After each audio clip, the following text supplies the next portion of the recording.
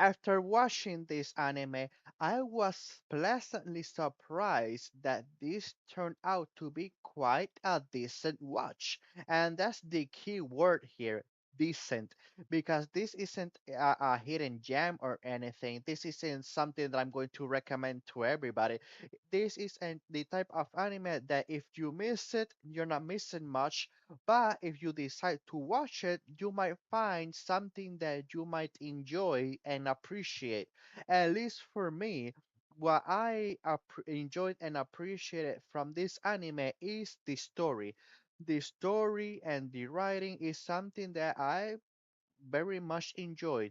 And something that I really did not care for in this anime is the battles, because in this anime the way that you fight against an enemy or external threat is by getting into a mecha suit and fighting against this other creature, and it just looks so it was just so lazy, uninspired, so average looking that I honestly, each time that they go into battle, I just going, oh, when this is going to be over, looking at my cell phone because the battles just wasn't a draw for me.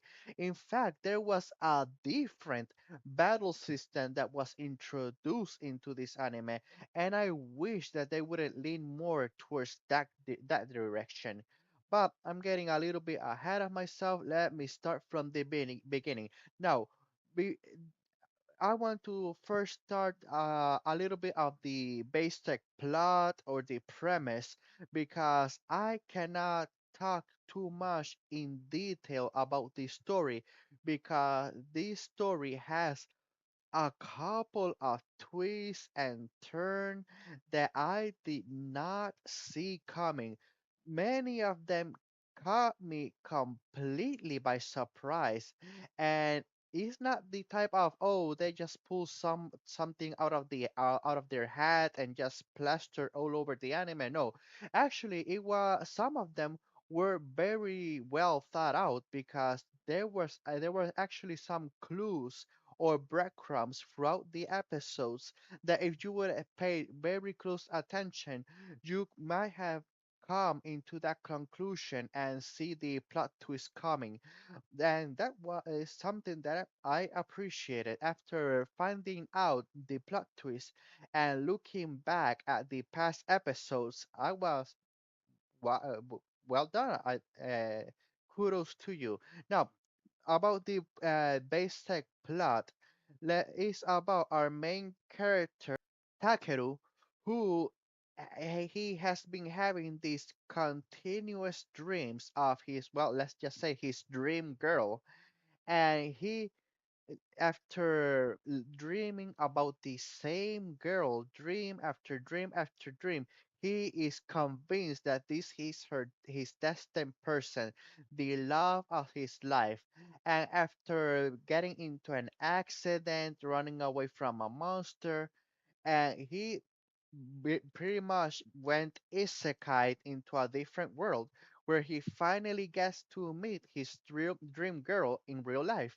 And something that I have to say that yes, this is an isekai, but this is not the type of isekai where the main character becomes super overpowered or NOP. No, actually, let me just say that the main character dies a couple of times throughout the anime because he in the first two episodes, well, first episode and a half, the main character was completely insufferable. I did not like him. It was completely too hot-headed, screaming all over the place, trying to pick a fight with everybody, just being like one of those delinquents that just simply cannot talk without yelling. So yeah, throughout the first episode and a half, I just did not like the main character.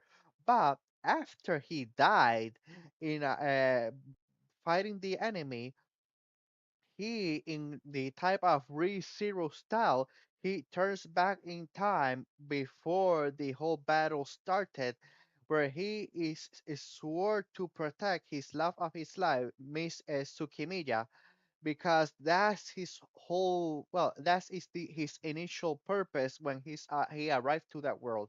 He thinks, oh, I was placed in this world in order to protect Mystical Media, and not only her but the other people of the town, protect them protecting them from this external threat.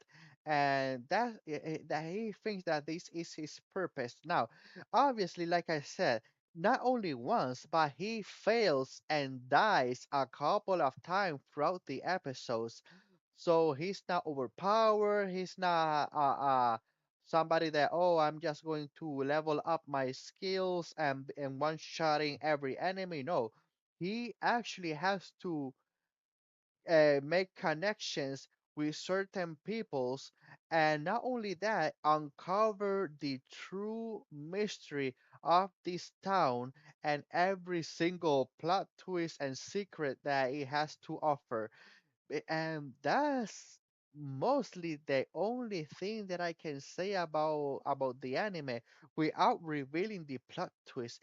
Let me just say, one thing is, like I said before, the battles uninspired, the whole mecha things I did not like. It just looks so average and uninspired to me. But one battle mechanic that was used a couple of times in the anime, and I wish that they would have used that one instead, is the whole talisman and spell things. Because you can see throughout the anime, the the characters using talismans and using this glove that acts as a spirit mediums, that they can do a couple of interesting things. A couple of that I saw throughout the episode, the basic shield, one where you can pretty much short-term teleport, one where you can summon lightning, one where you can strengthen your body parts like steel to increase your strength and punch.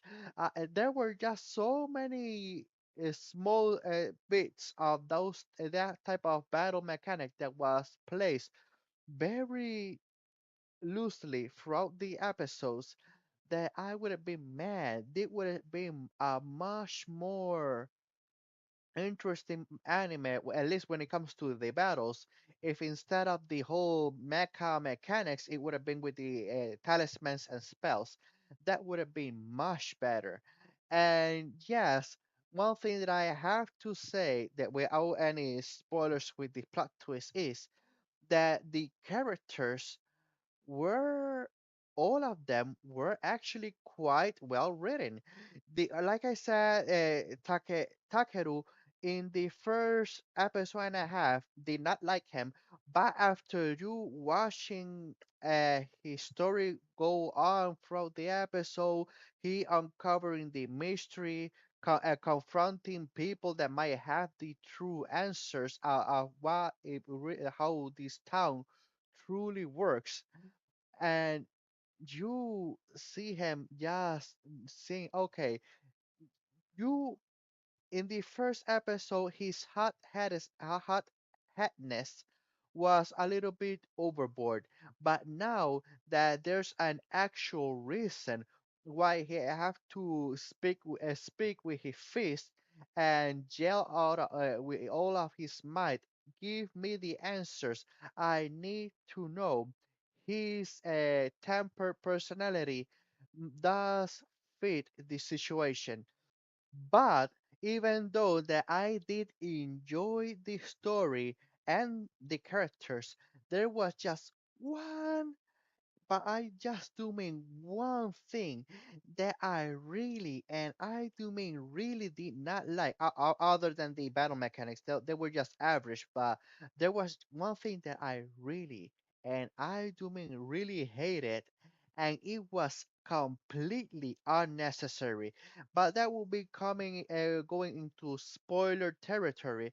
So before that, let me just quickly give you my score, and I am going to give the anime a surprising score of 7, a 7 out of 10. Now, what I'm about to talk about is a major spoiler. I have to at least talk about one of the major plot twists of the anime. So I just gave you my score, 7 out of 10. So if you don't want to hear it, you can turn down, shut off the video. So it turns out that the love interest, Miss Sikumiya, actually came from the future, and she uploaded her consciousness into the past. And because of something that happened in the last episode, she died, and so our main character Takeru decide, okay, she is still the love of my life. So what I'm going to do now that the whole threat is over, I'm going to cryogenesis myself to freeze myself in the machine in time and meet her 500 years into the future. And that's fine, nothing wrong with it. But why the hell when the Takeru finally reunite with Tsukimiya 500 years into the future, she is literally a little girl. She has to be at least between 11, no, sorry, no, 10 or 12 years old. And you have Takeru being like in his 20s. So why? Why did they have to do that? It was completely unnecessary because there's only two scenarios that can happen here. One, he reunite with Tsukimiya and she has zero memories about what happened in the past. So what he's going to do now? Groom her until she to for her to be her girlfriend or wife into the future? Disgusting. Or if Tsukimiya does have her memories, well, he's just going to what? Stick by her side, protecting her until she managed to grow up to a certain age so he can proudly say, oh, you're going to now be my girlfriend and future wife.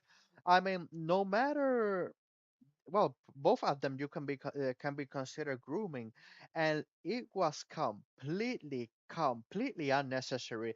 You can could have had the exact same scene, only have her in her 19s or 18 years old, like she was all those years in the past, and that be it.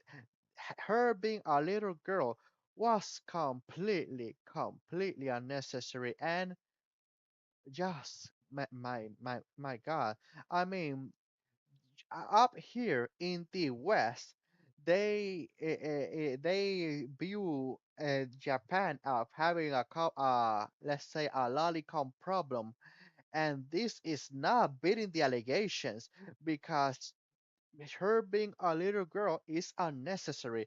You could have had the exact same scene, only her age up. Man, I'm just ranting right now. So that's the whole mini rant. That's something that I really hated in the last like 5 seconds of the last episode. So have a good day, have a good night, wherever you're from. See you next video.